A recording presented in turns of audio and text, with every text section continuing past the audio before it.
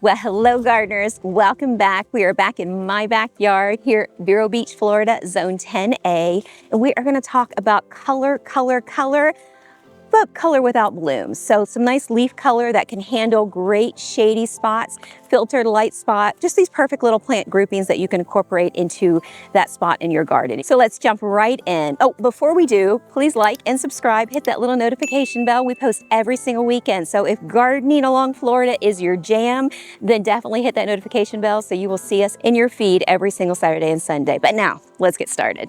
One of my favorites, if you guys have been around for this on this channel for a while, you know it.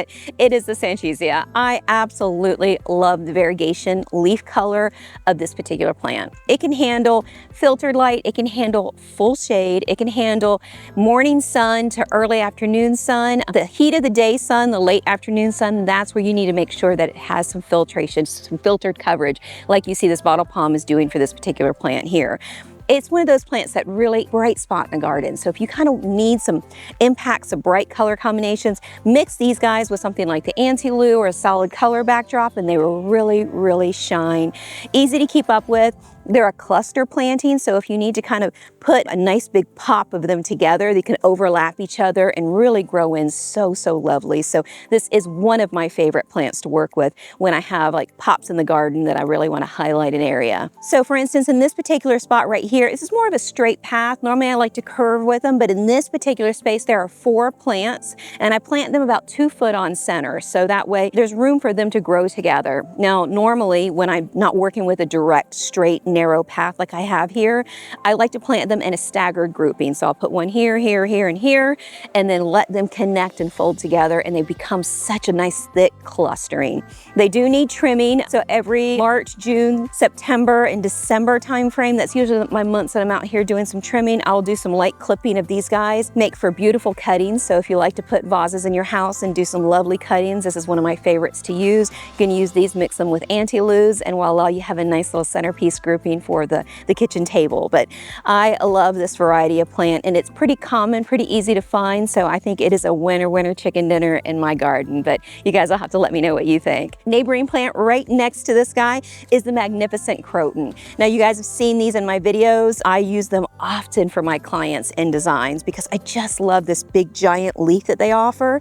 This little speckled coloring, it's just so dynamic and it really offers a nice big punch. This is particularly one plant and I don't normally do a 1-plant garden, but I think I just stuck it here to cover up a base of maybe this quarter line. I love this little look and I didn't have a lot of space and I needed a big impact of color and I think it is doing the job. So magnificent Croins are on my list. This guy I trim about twice a year. You have to do very little to it. It grows very slow and kind of just chunks out and becomes a nice centerpiece to kind of create a bright spot. I have the Dumpane Defebakia right here and you guys can see the color that this offers.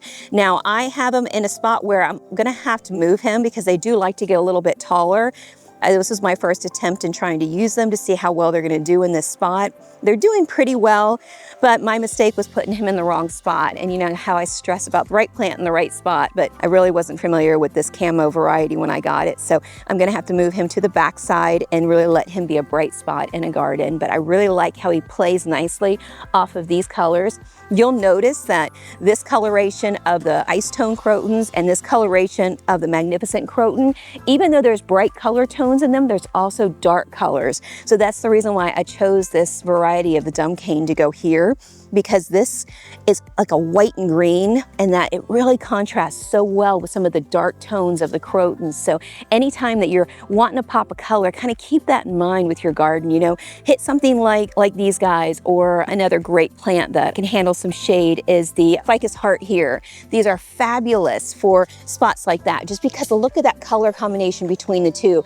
It's a bright spot, this is a dark spot. Bright spot, dark spots. So the combination of how those all play well together, throw in some greens with that if you have the room for it. And oh my goodness, a green screen does a fantastic job of making everything in front of it pop. So Things like my burl marks or my farfugiums that you see over here really do a great job of making what around it really kind of pop and come to life. I know this video is mainly about colorful plants, but you almost can't have enough color without green. You want that green to kind of give you that really good balance because it really shows everything off. It's a supporting cast member in the group. You know, it's the thing that really kind of brings it all together. So don't be afraid to throw a little bit of green in that group. So you guys know that I love my Aglionemas. I just think they are like a cluster grouping that just goes to town, really gives us that great forest kind of look.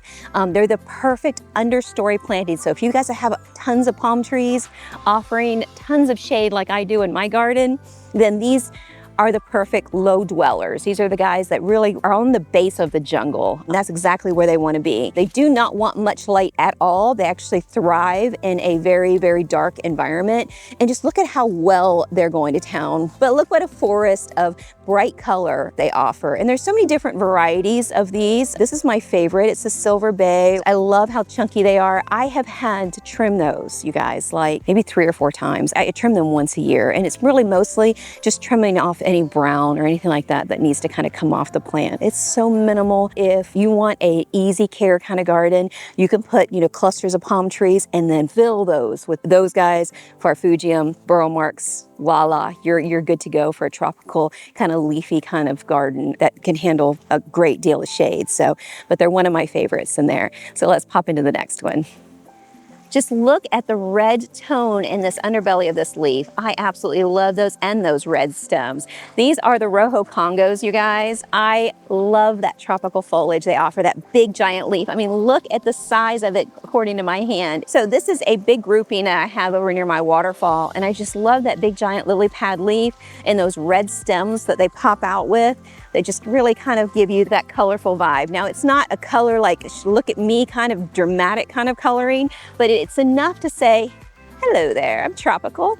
Have a little bit of combination color. Your attention goes right to it. So you can mix those with things like Sanchezia, Aglionemas, pretty much anything that we just talked about. Some of that brighter tone and lighter coloring. Mix those dark contrasting colors with that, and oh my goodness, you guys, it is just that perfect mix of tropicals, brights, and dark tones. I definitely think they're worth using in your garden.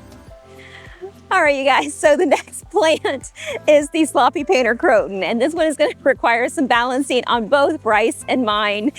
So hopefully we don't end up in the water while we're shooting this.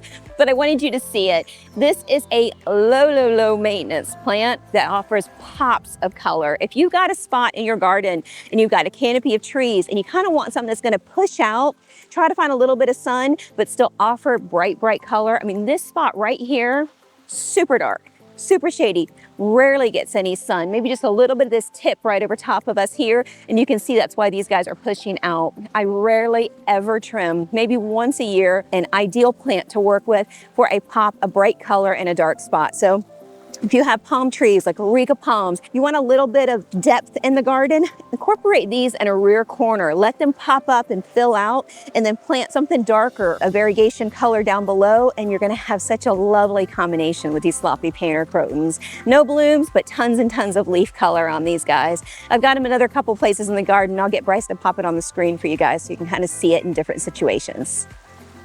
All right, you guys, so we popped over into my front yard, and the next grouping is going to be the Antiloo. I am in love with this plant because it is so versatile. It can handle shade, it can handle filter light, it can handle sun, it can handle anything. It's just so fabulous. So you'll notice that this grouping back behind us is more of a solid leaf in color, and that is rare to find when you're looking for a colorful plant that can handle a darker environment, or a plant that can give you a lot of color without blooms.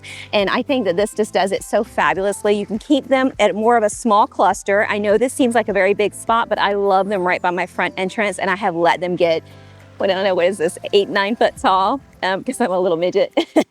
This is so tall behind me, but I love this big pop of color right as soon as you come into the front gate of my house, that I just think that it draws your eye so fabulously. And you can mix these with a lot of the same plants that we just talked about. Song of India, I incorporate them all the time with these. That white and that green leaf mixed with this kind of color and that dark contrast, those two together play so well. And then if you're in more sun environment, gold mound. Gold mound is an ideal plant because it has that beautiful yellow leaf leaf to it, it stays more compact, so it's never going to compete with any of the bigger plants like the quarter lines. And that yellow and then this dark burgundy, it's just like painting with colors, you guys. It's just so gorgeous to work with. So, and of course, Sanchezia, copper leaves, any of that variety with these Antiloo are going to give you that awesome contrast of color pretty immediately. So this is definitely a must in the garden. So let's go check out the next and the last one for us. It is one of my favorites. So my next feature plant is definitely one of my favorites. This Imperialis Burmilad is just so ideal that I have it flanking the entrance of my garden. It is almost as versatile as the plant before it, the Antiloo. It is a low growing plant, so it stays nice and compact. You can put it in a relatively small space like I have them here. It gives you this beautiful purple and green tone to the leaf. Just absolutely stunners. It is one of the bromeliads that does not produce pups. So it stays where you put it, which is ideal for any Florida plant because they're so hard to find those. So it is one of my favorites to use. It is definitely a staple, more of an architectural feel in a garden, so you don't have to necessarily have anything with it, which is very, very unique. Now, if you have like a focal point area, you guys, in your garden, maybe you've got an awesome palm tree and you want to incorporate 3 of them just down below at the crown and kind of angle them out and around it. I've used them as understory trees or understory accents to a centerpiece tree, and they just show off in that space. So versatile plant, can handle more sun than what we have here. This particular area, because our outdoor canopy out here offers some shade over top of this guy, so this one doesn't get quite as much sun as the one next to it. So you can see that this is a little bit lighter, greener of a leaf that can handle, this is in more full sun environment where this is more partial sun environment. So you can really see kind of what you get depending on the location that you're in. But the mere fact that they can handle both situations really well is absolutely ideal. So they're definitely one for the list if you're going to incorporate them. And don't they scream tropical? I mean, I just absolutely love them. I have had this question where people are concerned about holding mosquitoes in the cups because of course they do hold water in these particular areas. And all I do is about once a month, I'm not super diligent about it, but all I do is run the hose in this center and it flushes all of that old water out. So it will hold water for a period of time before it starts to drain or evaporate. Now, the more sun that it's in, the less you have to worry about that because I hardly ever have to do it with that one. But with this one, because it gets more protection in those that are by my waterfall, they get more protection and not enough sun to dry out, I will have to go in there and flush out those cups. But it is just, it's here and it's there. So definitely worth the effort considering that there's very little to do. They are slow growers, so the trimming is once a year. That's about it. So one of my favorite plants to work with. Well, I hope that helps bring color to your garden, you guys. If you need more help than the inspiration that you saw here, then please check down below in the description and it'll list all of our contact information. As you guys know, I am a landscape designer and we do projects like you see here, kind of building outdoor spaces for folks along the Treasure and the Space Coast. And then we also have a design-only service for areas outside of those areas. So please reach out to us. And then we recently added a virtual consultation where if you have one particular area in your garden and you're just kind of struggling with it and want to discuss or talk about that particular spot, then I might be able to help you with that virtually. So check out all of that information down below and reach out to us. Well, hello, beautiful butterfly. Reach out to us and we'd be so very happy to see if we're a good fit for you guys. But thank you so much for joining me on today's video. If you like today's video, then check out the one that we're going to have right here. It's going to be about some beautiful tropical exotic palm trees, some of my favorites to work with in a garden and definitely some must-haves to incorporate into yours. Thanks guys, take care.